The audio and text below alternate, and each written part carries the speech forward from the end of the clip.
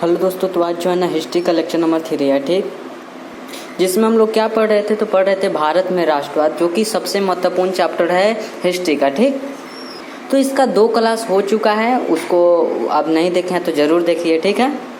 और 2 क्लास के जब मतलब दूसरा क्लास का जब लास्ट मतलब समय था, कह सकते हैं कि जब क्लास अंत हो रहा था, तो उस समय हम आपको बताए थे कि जब प्रथम विश्व युद्ध में अंग्रेज फंस गए थे, तो उसके बाद क्या हुआ, उसी समय महात्मा गांधी दक्षिण अफ्रीका से भारत आ गए, ठीक।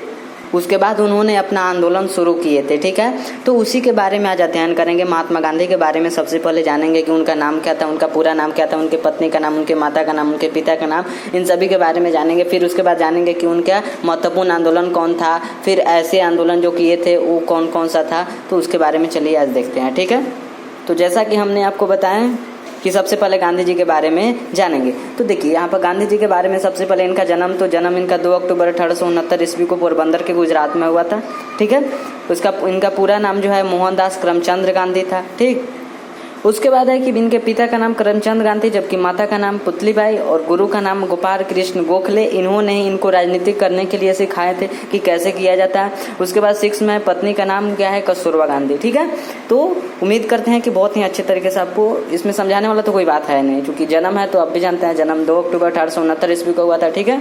और हर वर्ष अक्टूबर में 2 तारीख को क्या मनाया जाता है, महात्मा गांधी दिवस मनाया जाता है, ठीक है। पूरा नाम इनका मोहनदास करमचंद गांधी है, पिता का नाम करमचंद गांधी केवल, ठीक है। तो इन्हीं के नाम से इनके पिता का नाम भी याद हो जाएगा, ठीक।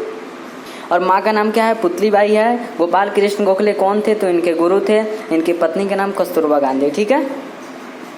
अगला देखिए, अगला स्लाइड में है कि पुस्तक इनका जो था वो हिंद स्वराज और सत्य के साथ प्रयोग। 2 पुस्तक इनका महत्वपूर्ण, जिसका नाम है, पहला का नाम है हिंद स्वराज और दूसरा का नाम है सत्य के साथ प्रयोग, ओके। उसके बाद देखिए इंग्लैंड गए थे 1889 से 1891 में, ठीक है। वकालत की पढ़ाई करने के लिए इंग्लैंड गए थे। तो अगर क्वेश्चन आएगा कि पढ़ाई करने के लिए कहाँ गए थे, मतलब वकालत की पढ़ाई करने के लिए कहाँ गए थे, तो इंग्लैंड गए थे। कब से कब तक, 1889 से 1891 में, ठीक है। मतलब 1889 में गए, 1891 में भारत पुनः वापस चले आए, ठीक है। उसके बाद है 9 में कि दक्षिण अफ्रीका 1893 से 1915 तक, ठीक है। कहने का अर्थ है कि इतना में गए थे और इतना में चले आए। 1915 में चले आए भारत, और गए कब थे, तो 1893 में, 1893 में गए थे और 1915 में वापस चले आए, ओके। और उसके बाद जो है ना, गांधी जी का पहला सत्याग्रह दक्षिण अफ्रीका में ही हुआ था, ठीक है। इनके साथ रंग भेद के आधार पर, मतलब भारत के लोगों को विदेश में अच्छा से व्यवहार नहीं किया जाता था, इसलिए क्योंकि भारत के लोग जो थे ना वो काला थे। तो ऐसा ही कुछ महात्मा गांधी के साथ भी हुआ था दक्षिण अफ्रीका में, इसीलिए उनका पहला सत्याग्रह कहाँ हुआ, दक्षिण अफ्रीका में ही हुआ था, ठीक। उसके बाद है गांधी जी का आश्रम था, उस आश्रम का नाम है फिनिक्स आश्रम, ठीक है। क्या नाम है, फिनिक्स आश्रम। गांधी जी के आश्रम का नाम फिनिक्स आश्रम। उसके बाद 12 में है कि भारत कब आए, तो 9 जनवरी 1915 ईस्वी को आ गए, ओके। तो महात्मा गांधी भारत कब आए, तो 9 जनवरी 1915 ईस्वी को। दक्षिण अफ्रीका कब गए थे, तो 1893 में। भारत फिर वापस कब आए, 1915 में। मतलब प्रथम विश्व युद्ध जब हो रहा था उसी समय 1915 में भारत आ गए, और उसके बाद अपना आंदोलन शुरू कर दिए। जब उसमें बिजी था कौन, अंग्रेज बिजी था प्रथम विश्व युद्ध में, ठीक है। इनके 2 पुस्तक जो मेन थे, हिंद स्वराज और सत्य के साथ प्रयोग। इंग्लैंड इसलिए गए थे क्योंकि वहाँ पर वकालत की पढ़ाई करने के लिए गए थे, ठीक है, ठीक है। तो चलिए आगे देखते हैं। अगला जो है वो है कि 1917 में चंपारण आंदोलन किए, ठीक है। ये सब मतलब छोटा छोटा, ये इनका मुख्य आंदोलन नहीं था, ठीक। ये सब बस छोटा छोटा सुधार के लिए। जैसे चंपारण में क्या था कि जो है किसान के साथ 3 कटिया व्यवस्था जो था वो करवाया जाता था, खेती 3 कटिया व्यवस्था के तहत। तो उसके बारे में हम लोग डिटेल से जानेंगे, लेकिन अभी फिलहाल इसके बारे में थोड़ा सा जान रहे हैं बस कि क्या क्या वो किए थे। तो 1918 में खेड़ा आंदोलन किए और 1918 में अहमदाबाद मिल मजदूर आंदोलन, ठीक है। तो इनका मेन आंदोलन नहीं था, मेन आंदोलन यहाँ पर है, और इसके बारे में बाद में चर्चा है आपके बुक में, पहले इसके बारे में चर्चा है। तो पहले हम लोग इसके बारे में ही जानेंगे। तो गांधी जी का जो प्रमुख आंदोलन लिखा गया है कि पहला असहयोग आंदोलन, दूसरा सविनय अवज्ञा आंदोलन और तीसरा भारत छोड़ो आंदोलन, ठीक। तो इन्हीं 3 आंदोलन में क्या हुआ, अंग्रेज चले गए, ठीक है। ये 2 आंदोलन हुआ, फिर तीसरा आंदोलन भारत छोड़ो आंदोलन, इसका नाम ही है भारत छोड़ो आंदोलन, ठीक। और इसका नारा था करो या मरो, ठीक है। इसमें नारा क्या दिया गया था, करो या मरो। और इसी समय क्या हुआ, अंग्रेज छोड़ दिए भारत को, ठीक है, आज़ाद कर दिए, ठीक। तो चलिए देखते हैं एक एक करके। सबसे पहले असहयोग आंदोलन के बारे में, ठीक। तो सबसे पहले देखते हैं असहयोग आंदोलन क्या था, कब शुरू हुआ था। तो असहयोग आंदोलन प्रथम जन आंदोलन था। तो जन आंदोलन कहने का अर्थ है इसमें जो है ना सभी लोग मतलब भारत के जितने भी जनता है वो सभी लोग इसमें भाग लिए थे, इसीलिए इसे प्रथम जन आंदोलन कहा जाता है। ठीक, क्योंकि इससे पहले कोई ऐसा आंदोलन नहीं था जिसमें सभी लोग भाग लिए थे, लेकिन इसमें बढ़ चढ़ कर भाग लिए थे। महिला पुरुष जो भी थे वो सभी क्या हुआ, इसमें भाग लिए थे। इसी के कारण इसे प्रथम जन आंदोलन माना कहा जाता है। ठीक, जन में क्या होता है, मतलब लोग कह सकते हैं। उसके बाद असहयोग आंदोलन का नेतृत्व महात्मा गांधी के द्वारा किया गया था। ठीक है, जो कि असहयोग आंदोलन को यही शुरू किए थे, तो इनका नेतृत्व कौन करेगा, तो महात्मा गांधी ही किए थे। तीसरा पॉइंट में कहता है कि असहयोग आंदोलन कब शुरू हुआ, तो 1920 में शुरू हुआ और 1922 तक चला। कुछ कारण की वजह से चौरी चौरा कांड में मतलब कुछ कांड हो गया, जिसके कारण इस आंदोलन को स्थगित किया गया, जिसके बाद महात्मा गांधी को 6 वर्षों के लिए क्या हुआ, जेल में रहना भी पड़ा। ठीक है, तो ये तीन चीज़ें हम लोग जाने कि असहयोग आंदोलन की शुरुआत कब हुआ, 1920 ईस्वी में, इसका लास्ट 1922 ईस्वी में हुआ। ठीक है, असहयोग आंदोलन का नेतृत्व कौन किए थे, तो महात्मा गांधी किए थे। असहयोग आंदोलन कौन सा आंदोलन था, तो प्रथम जन आंदोलन था। ठीक है, असहयोग आंदोलन कौन सा आंदोलन था, प्रथम जन आंदोलन था। ठीक, अगला देखिए वो है कि असहयोग आंदोलन के कारण, क्या कारण थे कि असहयोग आंदोलन हुआ। ठीक है, तो आपकी बुक में जो है ना सबसे पहले रॉलेट एक्ट के बारे में बताया है, फिर जालियांवाला बाग हत्याकांड के बारे में बताया है, और उसके बाद असहयोग आंदोलन के बारे में बताया है। लेकिन यहाँ पर देखिए, यहाँ पर क्यों हुआ इसके कारण यहाँ पर बता दिया गया है कि असहयोग आंदोलन का कारण क्या था, क्यों हुआ असहयोग आंदोलन, क्यों शुरू किया गया महात्मा गांधी के द्वारा। तो रॉलेट एक्ट जो हुआ था इसके बारे में इसके बाद वाले स्लाइड में देखेंगे। ठीक है, रॉलेट एक्ट हुआ था, उसके बाद जालियांवाला बाग हत्याकांड, फिर उसके बाद खिलाफत आंदोलन। ये 3 कारण था असहयोग आंदोलन के होने का। असहयोग आंदोलन का कारण क्या था, तो ये 3 कारण था उसका। ठीक, पहला रॉलेट एक्ट, दूसरा जालियांवाला बाग हत्याकांड, तीसरा खिलाफत आंदोलन। तो चलिए देखते हैं सबसे पहले रॉलेट एक्ट के बारे में। अब देखिए रॉलेट एक्ट क्या था, तो उत्तर में लिखा गया है कि बढ़ती हुई क्रांतिकारी घटनाओं को दबाने के लिए, मतलब दिन पर दिन क्या हो रहा था, भारत में क्रांतिकारी लोग बढ़ रहे थे, देश को आज़ाद करने के लिए दिन पर दिन बढ़ रहे थे, तो इसीलिए लिखा है बढ़ती हुई क्रांतिकारी घटनाओं को दबाने के लिए न्यायाधीश सिडनी रॉलेट, ये कौन थे, कह सकते हैं कि इन्हीं के द्वारा रॉलेट एक्ट बनाया गया था। ठीक है, तो न्यायाधीश सिडनी रॉलेट, इन्हीं के सुझाव पर रॉलेट एक्ट अधिनियम बनाया गया था। ठीक है, तो किनके सुझाव पर रॉलेट एक्ट अधिनियम बनाया गया, तो न्यायाधीश सिडनी रॉलेट के सुझाव पर। अब इसके बाद क्या होता है कि इस अधिनियम के अनुसार, मतलब रॉलेट एक्ट अधिनियम के अनुसार, किसी भी व्यक्ति को बिना किसी साक्ष्य, ठीक है, बिना उसका गलती, कोई प्रमाण नहीं और वारंट के गिरफ्तार किया जा सकता था। इस अधिनियम के विरुद्ध कोई अपील नहीं की जा सकती थी। ठीक है, मतलब अगर केवल शक हो जाता था तो हम क्या कह रहे थे कि इस अधिनियम के विरुद्ध कोई अपील नहीं की जा सकती थी। करने का अर्थ है कि रॉलेट एक्ट में यही होता था कि यदि आप पर डाउट हो जाए कि अरे ये तो क्रांतिकारी लग रहा है, मतलब किसी भी चीज़ पर यदि डाउट हो जाए तो उसे क्या किया जाता था, गिरफ्तार कर लिया जाता था। जैसे यहाँ पर क्या कर रहा है कि बिना किसी साक्ष्य और वारंट के गिरफ्तार किया जा सकता था। ठीक है, तो कोई भी आपके पास यदि साक्ष्य नहीं है, कोई गलती नहीं किया है, फिर भी आप पर यदि डाउट हो जाएगा तो आपको क्या किया जाएगा, गिरफ्तार कर लिया जाता था। तो रॉलेट एक्ट क्या था, तो बढ़ती हुई क्रांतिकारी घटनाओं को दबाने के लिए ठीक है, दिन ब दिन क्या होता था, भारत में क्रांतिकारी लोग बढ़ रहे थे, तो उनको दबाने के लिए एक न्यायाधीश थे जिनका नाम सिडनी रॉलेट। तो सिडनी रॉलेट के सुझाव पर क्या होता है, रॉलेट एक कानून बनाया जाता है, अधिनियम बनाया जाता है। इस अधिनियम के अनुसार क्या होता था, किसी भी व्यक्ति को बिना किसी साक्ष्य और वारंट के गिरफ्तार किया जा सकता था। उसके पास कोई साक्ष्य नहीं है कि इसको हम गिरफ्तार क्यों कर रहे हैं, बस केवल शक के आधार पर यदि उससे डाउट हो जाता था किसी व्यक्ति पर तो उसे गिरफ्तार कर लेता था। तो इस अधिनियम के विरुद्ध कोई अपील नहीं की जा सकती थी। ठीक है, यही है रॉलेट एक्ट। ठीक, मतलब आप यदि गिरफ्तार हो जाते हैं तो आपके विरुद्ध कोई भी अपील नहीं किया जा सकता है। ठीक है, तो ये रॉलेट एक्ट था। ठीक है, चलिए इसके महत्वपूर्ण पॉइंट को देख लेते हैं। ठीक है, थोड़ा सा महत्वपूर्ण पॉइंट है यहाँ पर। देखिए महत्वपूर्ण तथ्य जो कि 2 तथ्य है। ठीक है, सबसे पहला इनको याद रखिएगा, सबसे महत्वपूर्ण है। तो रॉलेट एक्ट को क्या कहा जाता था, तो काला कानून कहा जाता था। तो रॉलेट एक्ट का दूसरा नाम काला कानून। ठीक है, रॉलेट एक्ट को क्या कहा जाता था, तो काला कानून कहा जाता था। बी में है कि रॉलेट एक्ट को बिना वकील, बिना अपील और बिना दलील, यहाँ पर होगा सॉरी, यहाँ पर आप लिख लीजिएगा दलील। ठीक है, रॉलेट एक्ट को क्या कहा जाता था, बिना वकील, बिना अपील और बिना दलील का कानून कहा जाता था। ठीक है, क्योंकि यहाँ पर वकील का कोई काम ही नहीं है, जो कि इसमें क्या होता था, क्योंकि इसके विरुद्ध कोई अपील नहीं की जा सकती थी। आपको आंसर में ही मिल गया है। ठीक है, इसीलिए इसमें कोई वकील नहीं, इसके में रॉलेट एक्ट को बिना वकील, इसमें वकील का भी कोई काम नहीं, बिना अपील, कोई भी अपील नहीं किया जा सकता, और बिना दलील का कानून कहा जाता था। ठीक है, तो यहाँ पर आप सुधार लीजिएगा, ठीक है। यहाँ पर दलील होगा, ओके। तो रॉलेट एक्ट को बिना वकील, बिना दलील और बिना अपील का कानून कहा जाता था, ठीक है। रॉलेट एक्ट को काला कानून भी कहा जाता था, ठीक है। तो ये रॉलेट एक्ट के बारे में जाने, ठीक है। अब उसके बाद जानेंगे जालियांवाला बाग हत्याकांड। जैसा कि हम आपको बताए थे कि असहयोग आंदोलन होने के कुल 3 कारण थे। पहला कारण क्या था? रॉलेट एक्ट, और दूसरा था जालियांवाला बाग हत्याकांड, और तीसरा था खिलाफत आंदोलन। तो जालियांवाला बाग हत्याकांड के बारे में जान लेते हैं, ठीक है। तो देखिए उत्तर में कि रॉलेट एक्ट कानून के विरोध में 6 अप्रैल 1919 को देशव्यापी हड़ताल के बाद, किस कानून के विरोध में? तो रॉलेट एक्ट कानून के विरोध में। कि रॉलेट एक्ट क्यों लागू हुआ? इस कानून के विरोध में 6 अप्रैल 1919 को देशव्यापी हड़ताल के बाद, पूरे देश में हड़ताल था। तो उस हड़ताल के बाद क्या हुआ कि 9 अप्रैल, इसके 3 दिन बाद, तो 9 अप्रैल 1919 को अमृतसर में कांग्रेस के 2 नेता डॉक्टर सत्यपाल एवं किचलू को गिरफ्तार कर लिया गया, ठीक है। तो 9 अप्रैल 1919 को क्या होता है?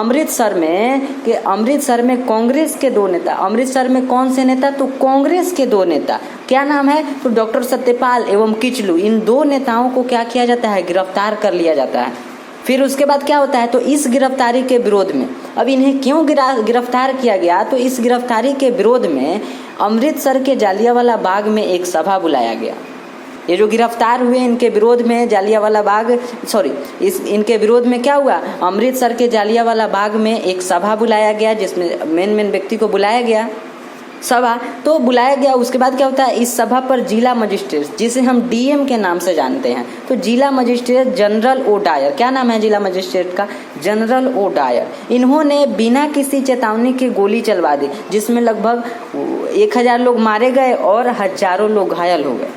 तो यदि पूछेगा जालियांवाला बाग हत्याकांड क्यों हुआ था, तो रॉलेट एक्ट कानून के विरोध में। कब हुआ? 6 अप्रैल 1919 को।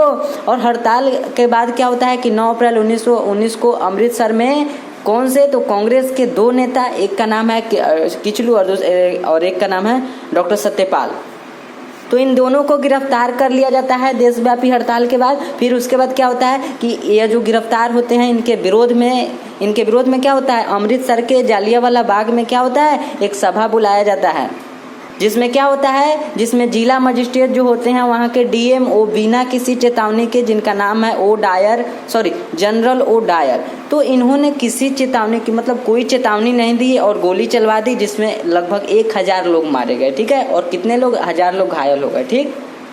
तो ये क्या था? ये जालियांवाला बाग हत्याकांड था, ठीक है। तो इसमें भी कुछ महत्वपूर्ण पॉइंट है, तो उसको भी चलिए देख लेते हैं।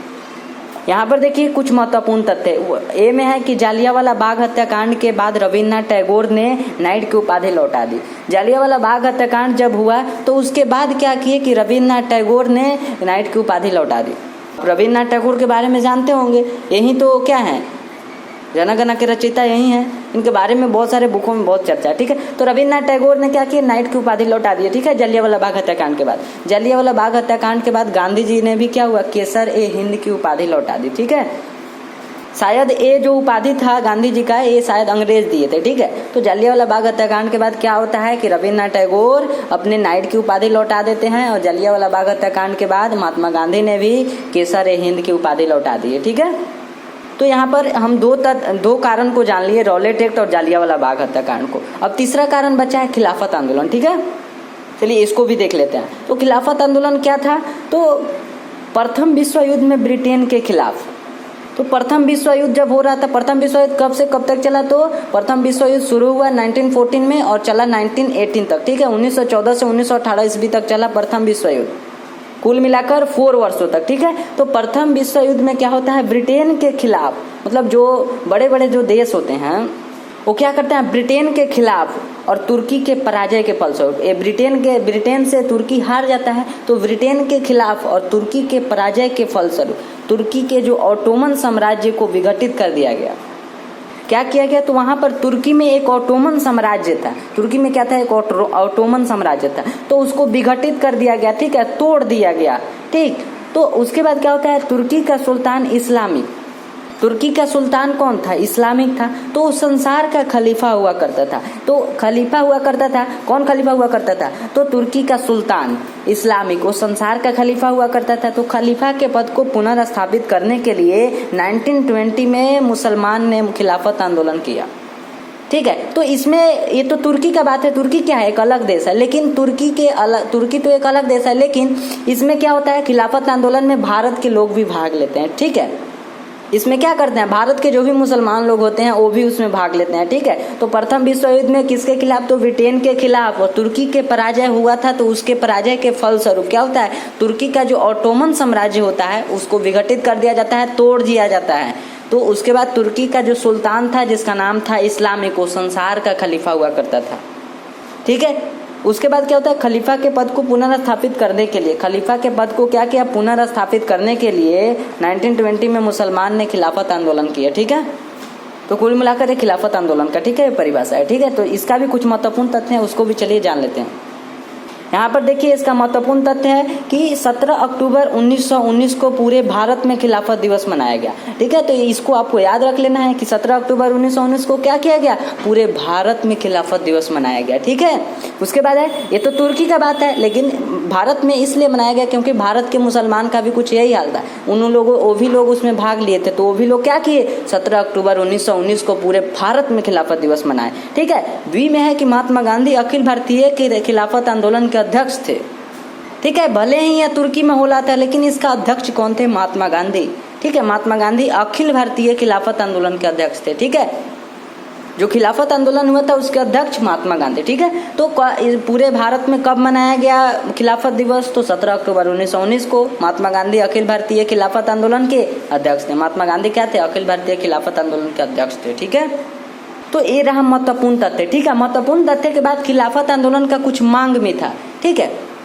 तो चलिए उसके मांग को देख लेते हैं कि खिलाफत आंदोलन का क्या मांग था, ठीक है। कुछ मांग था उन लोगों का कि खिलाफत आंदोलन के बाद मतलब ऐसा ऐसा मांग, ठीक है। तो चलिए देख लेते हैं।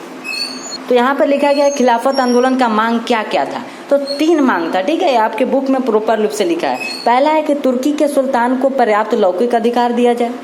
तुर्की का सुल्तान कौन था, इस्लामिक था। तो तुर्की के सुल्तान इस्लामिक को क्या किया जाए, पर्याप्त अधिकार दिया जाए। सेकंड बात है कि अरब प्रदेश को खलीफा के अधीन किया जाए।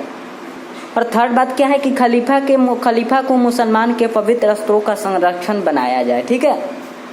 सॉरी, यहाँ पर संरक्षक लिखा है, संरक्षक बनाया जाए। तो ये कुल 3 मांग था। खिलाफत आंदोलन की कितनी मांग थी, 3 मांग था। पहला, तुर्की के सुल्तान को पर्याप्त लौकिक अधिकार दिया जाए।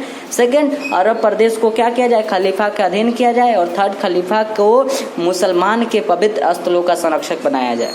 खलीफा को क्या किया जाए, खलीफा को मुसलमान के पवित्र स्थलों का संरक्षक बनाया जाए। ये कुल 3 मांग थे, ठीक है। तो फिर आज हम लोग यहीं पर क्लास को समाप्त करते हैं, ठीक है। मिलते हैं आप कल के क्लास में। देखिए आज हम लोग सारे कारण को जान लिए खिलाफत आंदोलन के, ठीक है। सॉरी असहयोग आंदोलन के कारण को जान लिए। कल हम लोग इसके कार्यक्रम मतलब इसके बीच क्या हुआ असहयोग आंदोलन में, उसके बारे में जान लेंगे, ठीक है। फिर उसके बाद उसका परिणाम भी शायद हुआ होगा तो उसके बारे में भी जान लेंगे, ठीक है। और असहयोग आंदोलन को स्थगित क्यों किया गया उसके बारे में जानेंगे, ठीक है। तो कल की क्लास में असहयोग आंदोलन मुझे हिसाब से समाप्त हो जाएगा, ठीक है। बाकी यदि आपको इसका PDF लेना है जैसे इसमें लिखा गया है तो आप व्हाट्सएप ग्रुप में जुड़ जाइए। डिस्क्रिप्शन बॉक्स में लिंक दिया गया है, ठीक है, व्हाट्सएप ग्रुप का, उसमें आप जुड़ जाइए। और उसमें जो एक घंटी टाइप का होता है उसको ऑन कर लीजिएगा तो आपको सारी चीज़ उसमें दिखाई देगा। पहले से उसमें PDF ऐड है, अब वो आपको सभी चीज़ें दिखाई देगा, ठीक है। उसमें आपको बोर्ड से संबंधित सभी चीज़ें दिया जाएगा जो जरूरी है, ओके। तो फिर मिलते हैं कल की क्लास में, ठीक है।